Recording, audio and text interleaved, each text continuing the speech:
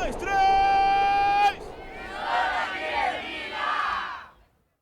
Saudações a todos. Estamos aqui novamente para mais uma entrevista. Eu sou Damásio Marques, estou aqui também, como sempre, com Newton Fernandes. Somos do grupo de pesquisa Projeto Temático PUC de São Paulo, PIPEC, Vida Urbana, Desigualdades e Repercussões da Covid-19 na Metrópole de São Paulo, que em seu terceiro eixo discute as manifestações estético-culturais da periferia de São Paulo e a produção literária periférica em período pandêmico. Nosso convidado para a conversa de hoje é Emerson Alcalde. Ele é paulista da capital, escritor, autor dos livros A Massa, O Vendedor de Travesseiros e Diário Bolivariano, entre outros. É também ator, arte-educador, dramaturgo, produtor, ativista social, poeta e slammer. Foi vice-campeão da Copa do Mundo de Slam de Poesias de Paris, França, em 2014. É cofundador do Slam da Guilhermina, o segundo slam do Brasil e primeiro a ser feito na rua. Organiza ainda o Slam Interescolar de São Paulo, com mais de 80 escolas da periferia paulistana, pelo qual recebeu o Prêmio Jabuti em 2021 pela iniciativa. Atualmente está lançando sua autobiografia Nos Corre da Poesia. Saudações, Emerson, seja muito bem-vindo. Obrigado por aceitar nosso convite para participar desse projeto. E para começar, gostaríamos que falasse sobre esse seu novo livro, Nos Corre da Poesia. É uma autobiografia que tem grande valor histórico para as culturas periféricas, já que a sua história se mistura um pouco com a história dos saraus, slams, eventos literários independentes, não? Comente um pouco sobre isso, por favor. Emerson, seja bem-vindo. Olá, muito obrigado aí pelo convite. Uma honra estar com vocês aqui. Esse livro é Nos Corre da Poesia, a autobiografia de um slammer, né? Era um projeto já antigo de contar um pouco da história, né? Eu estava na primeira edição do Slam do Brasil, que foi 2008, no Zap Slam, e dali continuei, enfim, participando de vários slams, criei a Guilhermina. Então, as pessoas, pesquisadores principalmente, tanto de graduação quanto de pós-graduação, mestrado, doutorado, sempre me perguntavam como começou o Slam. As perguntas sempre eram recorrentes, né? E aí algum pesquisador, inclusive da PUC, ela doutorado, ela fazia em psicologia, ela falou: por que você não escreve a sua história, né? Eu falei: mas será que alguém vai se interessar por isso? Eu falei: não, mas porque a sua história é a história do Slam também, né? De um certo modo. Então eu comecei a escrever, né? A colocar no papel como foi o Slam. Eu, a princípio, ia contar só a história do Slam, só que ficar um pouco fria, né? Eu achei um pouco distante. E aí eu resolvi contar a minha história e a história do slam junto, né? Então a minha participação nos slams. Então o livro ele vai desde do meu nascimento, contando a história da minha família, aqui na Zona Leste, quando era ainda uma área rural, depois se tornou periférica, né? Chegada do meu pai que veio do norte. E em paralelo eu vou contando a história do slam. Então quando eu tinha 4 anos, o slam nasceu em Nova York, em Chicago. E aí eu vou indo assim, a minha história, a história do slam, até a gente se encontrar em 2008, e aí eu sigo, eu participando dos slams, e aí eu paro em vários momentos, faço um breve histórico daquele slam, do Zap, como foi a primeira edição do slam, a primeira final, e depois a criação da Guilhermina, e os saraus que eu frequentava, e aí foi no desenvolvimento, o slam nacional, a minha participação na França, quando eu fui para disputar o Mundial, aí é um capítulo bem grande, que eu narro o dia a dia disso, né? E termina na pandemia, né? O livro ele vai desde o meu nascimento até os momentos pandêmicos. Legal. Emerson, para a gente começar a falar um pouquinho da sua obra, onde que o leitor encontra? Existe ponto de distribuição? Como é que funciona para aquisição? É uma publicação independente, né? Então ela tem que ser encontrada com o autor diretamente, né? Pelas redes sociais ou presencialmente nos eventos, ou pelo site, né? Tem alguns sites que vendem o livro, tem a parceiro que é a Selim Trovoar e a Litera Rua. São 2 sites que distribuem nacionalmente. Vou perguntar uma coisa para você. Ela está disponível em outro formato também, no e-book ou EPUB, alguma coisa assim, não? Não, esse livro não, ele tá somente a versão física, né? Eu tenho outros livros que estão em e-book, mas esse acabei não fazendo ainda, nem audiobook, né? E nem em e-book. Só tá no formato físico. E sua publicação impressa foi convite de alguém, não?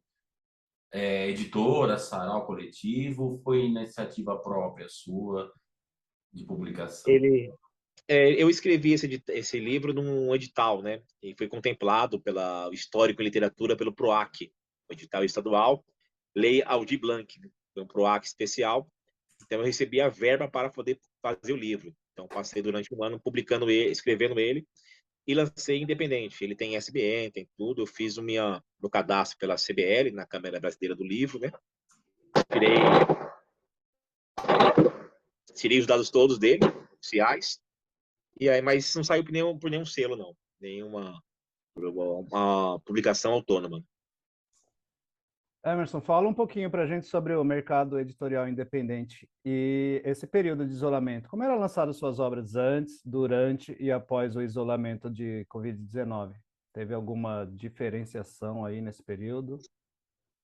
Sim, bom, antes da pandemia, né, as publicações independentes da cena que eu faço parte, ela foi sempre comercializada no presencial, né, nos eventos, saraus, né, de periferia, o sarau da Cooperifa, sarau do Binho, são saraus muito cheios e a gente faz lançamento e circula, né? Geralmente um autor lança um livro e ele faz os lançamentos, faz diversos lançamentos nesses saraus, que ocorre semanalmente. Também é um lugar onde os livros acabam até acabando, né? A gente faz, sei lá, 1000 livros. A gente consegue vender os livros nesses eventos, né? Durante um ano, circulando todos os saraus que tem pelas periferias, no centro também. Então, essa era a maneira onde saía maior número de vendas. E também pela internet, né? Em alguns sites de parceiros, ou até mesmo cadastrar no site e ali fazer a distribuição nacional e pelas redes sociais dos autores, né? Uhum, Esse independente acaba ele mesmo vendendo o livro. sim. Então, eu, por exemplo, eu vou pegando os pedidos pela internet, Instagram, Facebook, e aí toda semana eu vou ao correio e levo 10, 15 livros Sim. e distribuo pessoalmente para o Brasil. Aí, com a pandemia, isso ficou muito difícil, porque os eventos, presencialmente, evidentemente, foram cessados, né? Pararam de ocorrer. Então, houve uma queda muito grande nos livros, nas vendas, né? E aí teve que migrar 100% pela internet. Continua ainda vendendo pelas redes sociais e pelos sites, né? Mas houve uma queda, né? Considerável, assim, pela pandemia, prejudicou muito, né? Inclusive, os poetas, eles viviam também disso, de vender os livros presencialmente, vender os produtos. A pessoa estava ali, então ela gosta de comprar com o autor, né? Diretamente Sim. com ele. E aí, não estando ali, fica muito distante, né? Então, assim, ela compra se ela quiser muito aquele livro. Então, caiu muito a venda. E agora, com a retomada, voltou novamente os eventos. Então, as pessoas voltaram a publicar livros e a fazer como era antes, circular pelos espaços. Mas houve uma queda também de eventos, né? Não Uhum. voltaram todos os eventos que estavam em 2019. Estava no ápice, assim, muitos saraus, slams, bem menos, sei lá, metade talvez voltou, né? Então não estamos no ritmo que estava em 2019, mas melhorou, né? Emerson, é muito bom ouvi-lo, sabe? Porque a gente vai aproximando da situação e da questão, né? Assim, Sim. fica mais vivo para nós a atividade, né? Na pandemia, você chegou a publicar alguma coisa ou a produzir também? Como é que foi esse período para você? Eu produzi muito na pandemia, né? Assim que começou os primeiros meses, primeiro eu comecei a ler mais, né? Tinha mais tempo em casa, passei a pegar os livros que eu já tinha e devorar eles. E fui também produzindo poesias, né? E eu publiquei um Uhum, livro, assim, chamado Gênesis, é meu terceiro livro de poesias. sei. Eu eu tinha já a vontade de publicar um terceiro livro de poesias, e aí na pandemia foi onde eu encontrei a possibilidade de publicar ele, né? Reunir os livros. Foi bem diferente, foi um pouco até esquisito, né? Estávamos acostumados com isso, de pegar um livro, fazer sozinho em casa, mandar para revisão, receber e lançar online, né? Eu Uhum. fui para um E, espaço, chamei algumas pessoas, todo mundo de máscara, e fizemos um lançamento virtual, né? Pode falar. sim. E ele tratou da pandemia também? Há uma temática ali falando da pandemia? Sim, alguns Livro. poemas, né? Não todos, Alguns mas poemas. alguns poemas, Sim. sim, e fala da pandemia, né? Eu falo Uhum. de como tá nesse isolamento, né? Então Sim, não teve sim. como também, né? Esse assunto atravessou a gente, né? Nossa, atravessou, é Então verdade. tivemos que botar Tem na arte razão. também o É. tema da pandemia, né? Uhum. Mas é muito interessante, né? Porque marcou uma época, né? Já está Marcou uma marcando época. essa época, né? Então é Sim, fundamental mesmo que se fale, né, Emerson? Eu sim, acho muito bom que isso seja registrado de alguma forma, né? sim. Bom. Uhum. Foi um Obrigada, momento Emerson. histórico, né? E aí esse Só. livro também nos pode de nada, eu agradeço a pergunta. E aí falando mais sobre a produção, né, na pandemia, eu também escrevi durante um ano a minha autobiografia, né? Eu lancei 2 livros, então, né? É que o segundo já lancei depois da pandemia, mas eu escrevi ele na Na pandemia. pandemia, Então sim. foi um Esse que é ano do escrevendo. PROAC, esse Exato, que tem essa verba da PROAC. exatamente. Foi Ah, muito produzido todo bem. na pandemia. Uhum. Muito bem. Para gente que ainda não conhece muito essa questão do Islã, fala para a gente como é que funciona essas regras, como que é a participação. Sim. O slam, ele é um campeonato de poesias faladas, onde a pessoa vai até um slam. Ela tem que, para participar, ela tem que ter 3 poesias autorais, temas livres, né? Cada poesia tem que ter, no máximo, 3 minutos de duração. Se ultrapassar 3 minutos, ela perde pontos. Não pode usar nenhum tipo de adereço, cenário ou figurino. Então, ela apresenta a poesia, pode cantar, pode ler, pode fazer percussão corporal, né? Ela, com o seu corpo, ela pode expandir, mas ela não pode trazer nada que seja externo. E são 3 rodadas. Primeira rodada, todo mundo participa, né? Todo mundo inscrito, por exemplo, 15 pessoas. As 15 fala poesia. E aí são escolhidos 5 jurados, que são na plateia ali, que foram assistir o evento. Cada um recebe uma plaquinha, de 0 a 10. E aí, então, assim, após a apresentação de cada poeta, o jurado levanta a nota, tipo 9,7, 9,8, 10. E aí tem um matemático, ele soma, ele pega 5 notas, ele tira a menor e a maior. Aí soma-se a média, essa é a nota que ele vai receber na rodada. São 3 rodadas. Primeira rodada, os 15 falam. Aí os 5 melhores pontuados passam para a semifinal e os 3 melhores pontuados passam para a final. E aí sai um vencedor por edição. E aí cada slam faz, geralmente é mensal, e aí sai um campeão por mês. E depois eles se encontram numa grande final do ano, onde sai o campeão do ano daquele slam. E aí esse tem a vaga para o slam estadual, que aqui chama de slam SP.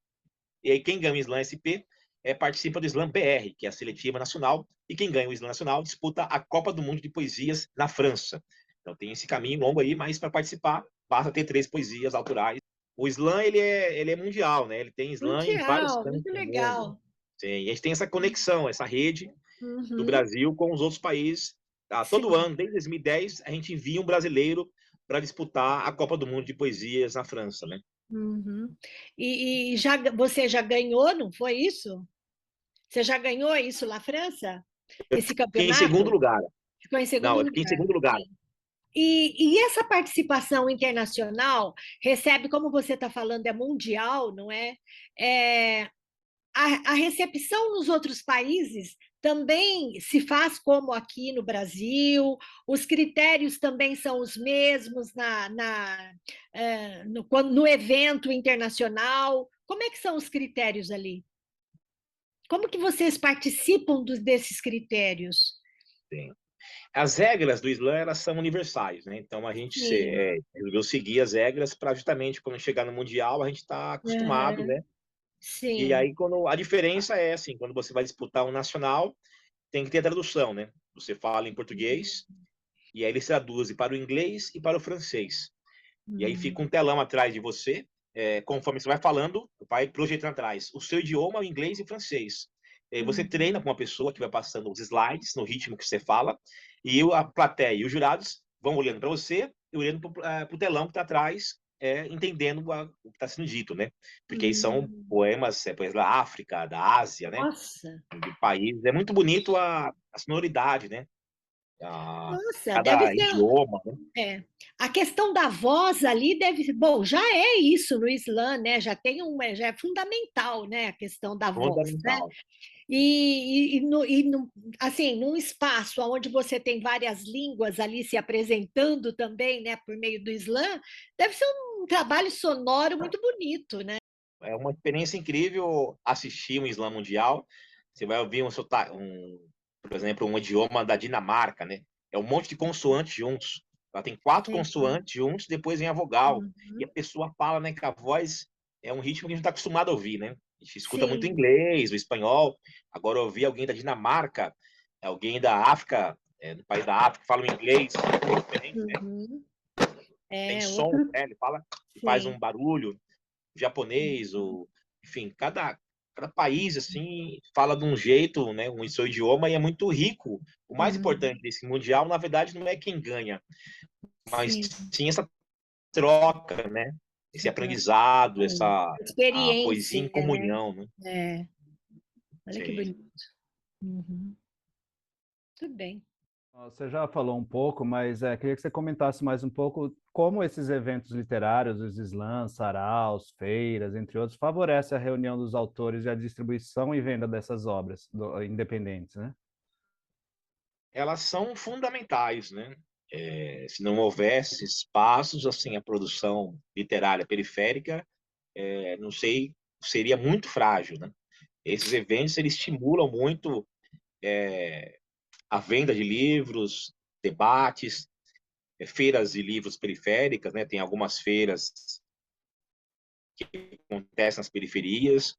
Então, fica a oportunidade e a chance das pessoas encontrarem o autor, conversar com a pessoa, adquirir o livro. Então, tem uma relação humana, né? Um calor ali que não tem com um escritor famoso, né? Best-seller. Então, no máximo, você vai no lançamento, numa livraria e fica na fila horas e pega o autógrafo e vai embora, né? Os eventos periféricos, não, né? Você fica junto com as pessoas ali, num bar, numa biblioteca, você passa um tempo ali, as pessoas conversam com você, fazem fazer perguntas. Aí a pessoa vê que aquele escritor é muito próximo a você, né? É um estímulo também que as pessoas escrevam, produzam seus poemas, né? Os saraus, qualquer pessoa pode falar um poema, né? Então, não é um escritor necessariamente. A pessoa é um taxista, é um professor, é um dono de casa que escreve alguma coisa. Todo mundo tem um poema escrito, né? Que escreveu um versinho de amor ou um verso de uma revolta o saraus é a possibilidade que a pessoa tem de compartilhar aquilo, né? Ela chega até ali e ela vai falar, vai ser ouvida, né? Então é uma grande troca que ocorre ali. No mesmo tempo está lançando um livro de uma pessoa de outra região da cidade. É muito conectado, né? Então as pessoas circulam muito da zona leste para a zona sul, para a zona norte. Os eventos são interligados e ocorrem em vários bairros, né? Então esses saraus, slams são espaços, né, de letramento literário, né? Se você for pensar, esse espaço fomenta a escrita e a leitura, além do ouvinte, né? De você poder ouvir poesia, você falar e você voltar para casa e querer ler mais, Uhum. produzir textos para você pensar a sociedade, pensar a poesia, romance, conto, né? Então, há vários eventos e eles são fundamentais para circular também os livros, né? Eu vendo meus livros praticamente, a maioria, nesses eventos literários pelo país, né? Não só São Paulo, mas tem outros municípios, outros estados, como Rio de Janeiro, Espírito Santo, Minas Gerais, é muito forte a cena da poesia periférica, né? Você pensa que essa nova onda de eventos literários tem contribuído também para a formação de novos leitores? Sim, isso acaba essas atividades, né? Você vai no sarau, porque você por algum motivo aquilo te toca, né? Te transforma, você quer ler mais, por exemplo, as atividades que a gente faz nas escolas, as pessoas, por ver alguém falando, ou por isso que o escritor está mais próximo, ela acaba pegando o livro, ganhando o livro, e ela lê o livro, né? Então ela acaba se interessando mais pela leitura. Quando você começa a escrever um poema, você percebe que tem que ler mais para poder escrever melhor. Então, esses eventos que estão nas comunidades, em lugares onde não tem bibliotecas, muitas vezes, não tem nenhum espaço de cultura da prefeitura, do estado, o único espaço cultural que tem é um bar onde tem um sarau. E aí, então, as pessoas ali que não têm o costume de ler, indo no evento, ela passa a ter interesse, ela vê que é interessante a literatura, não é algo de quem já morreu, algo muito difícil, né? Aí você pega um livro e não entende nada do que está sendo escrito. E quando ela pega um livro da literatura produzido na periferia, é um linguajar mais acessível, atual, Uhum. e com isso ela sente mais vontade de ler. Depois ela chega até nos clássicos, em outros livros, Sim. mas geralmente a porta de entrada que a gente vê nessa cena é começando com os autores periféricos.